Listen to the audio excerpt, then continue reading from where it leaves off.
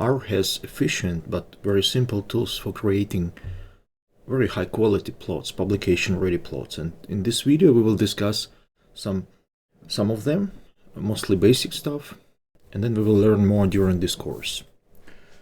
Let's start with making a plot for a series of numbers. For example, we would like to gain or lose weight, and we decided to monitor weight every day.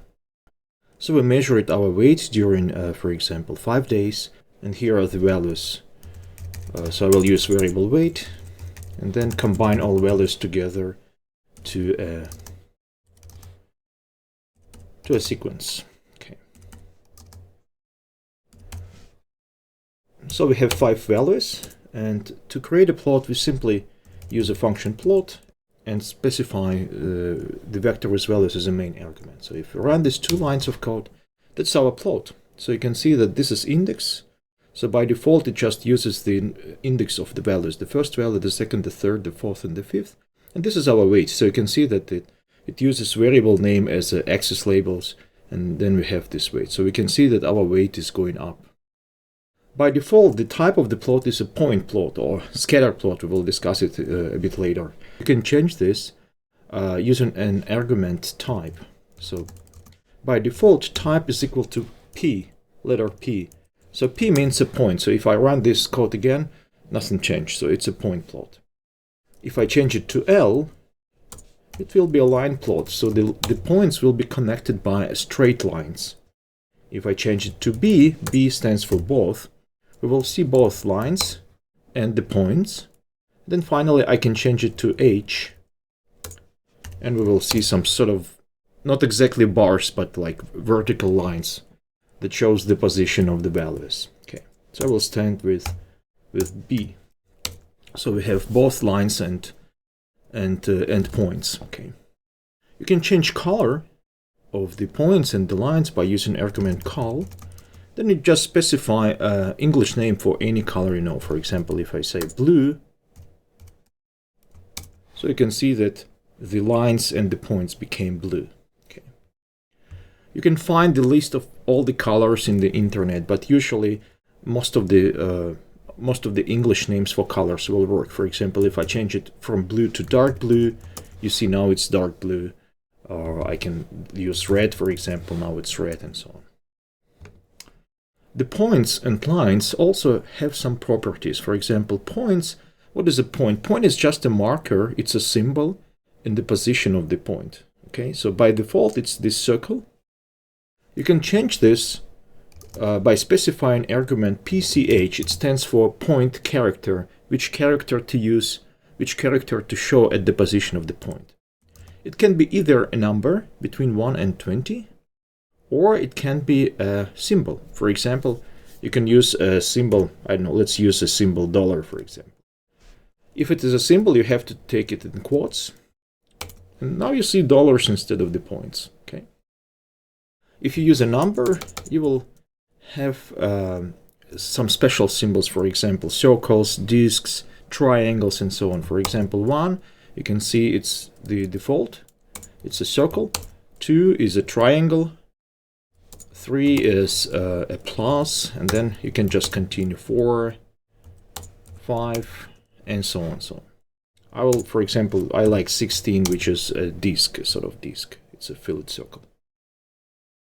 Then line has 2 main properties. It's the thickness or width of the line and the type. Let's start with thickness. So thickness of line can be changed by using argument LWD, literally line width. And by default it's 1, so that's the line with thickness 1. So you can change it, for example, to 2. It will be double thick, and you can define the thickness unit. I will keep 2. And the second property, it's a type. By default, line is a solid, but you can make it, for example, dashed, you can make it dot, or you can make it dash dot. And the argument that can change it is called LTY, which is line type. So if it's 1, it's a solid line. If it's 2, it's a dashed line, you can see. 3, it's dotted line, and then 4, it's dash dot. Okay. Now you see that we have a lot of arguments in this function, and if we continue changing other arguments, we will have a pretty long line of code. To avoid that, you can just use enter to create a new line after comma that separates the arguments. Then R will understand that these are arguments of the same function, but of course you have to select all these lines now if you want to run the code.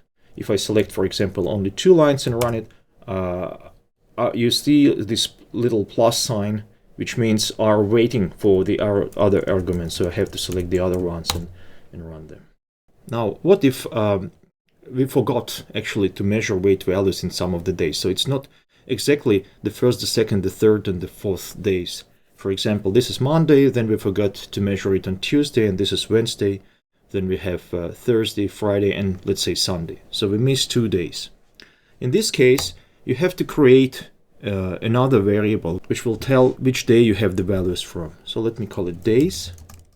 And let's say we have 1st, 3rd, 4th, 5th, and the 7th. So we missed the 2nd and the 6th, the Tuesday and Saturday. So in this case, we use the same function, but we have to provide both variables.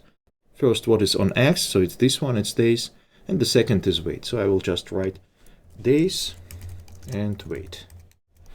Then I will use type equal to B and keep black color. We don't need to change any colors right now.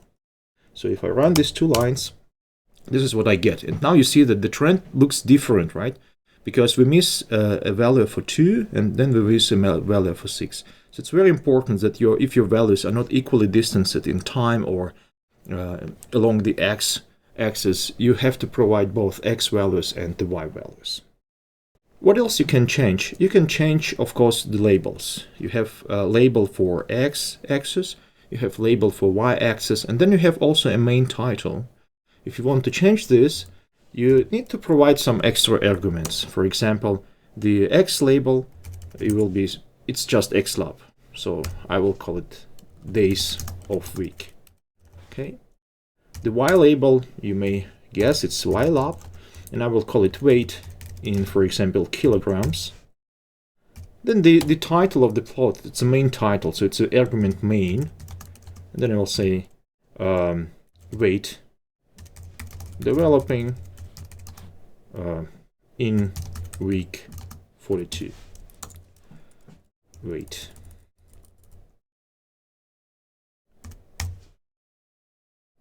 Like this. Okay. Now again we run all these 4 lines of code. Now you can see the title, you can see the different axis labels and so on. You can see that font and size of the letters and the position of the titles, everything looks almost perfect, so you don't have to change anything in order to publish this plot. What else you can do? You can also add a grid. So you can just specify grid. It's also a function, and it adds a grid to the current plot, the current that is shown here in the window. So if I run the grid, so you can see I have a grid. You can change again properties of this grid, like you can change the color, you can change the thickness of lines, but by default the grid looks fine, so you don't actually have to change anything. Now, what to do with this plot?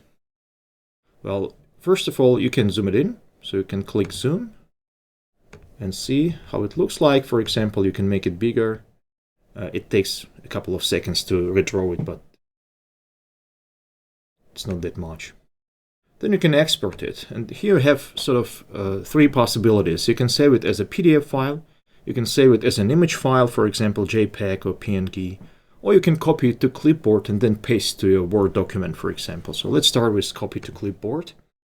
So this is the plot, this is how it will look like, exactly how it will look like in your Word document. You can change the size, you can change the aspect ratio if you want. So let's say I would like to have it 1000 to 750, and then update review. So that's the new aspect ratio and new size. Then I just click copy plot, go to my Word, create a new document, and paste it. That's the plot. Okay. Alternatively, you can save it as a PDF file or for example image file. So in this case you just say export save as image. You need to specify a file name and directory. By default it's the same working directory as you have. I will call it my plot. You also can change the size and the aspect ratio. Then just click Save. And I forgot to say about image format. So you can change the format. You can see JPEG, TIFF, BMP, SVG, EPS. Usually PNG is quite good format for using these plots. Otherwise, you can use also EPS, which gives you a very high quality plots. I will use PNG. Then Save. Now, if we go to Files, we can see this myplot PNG in our folder, and then we can just click on it and see it in the viewer, in the image viewer.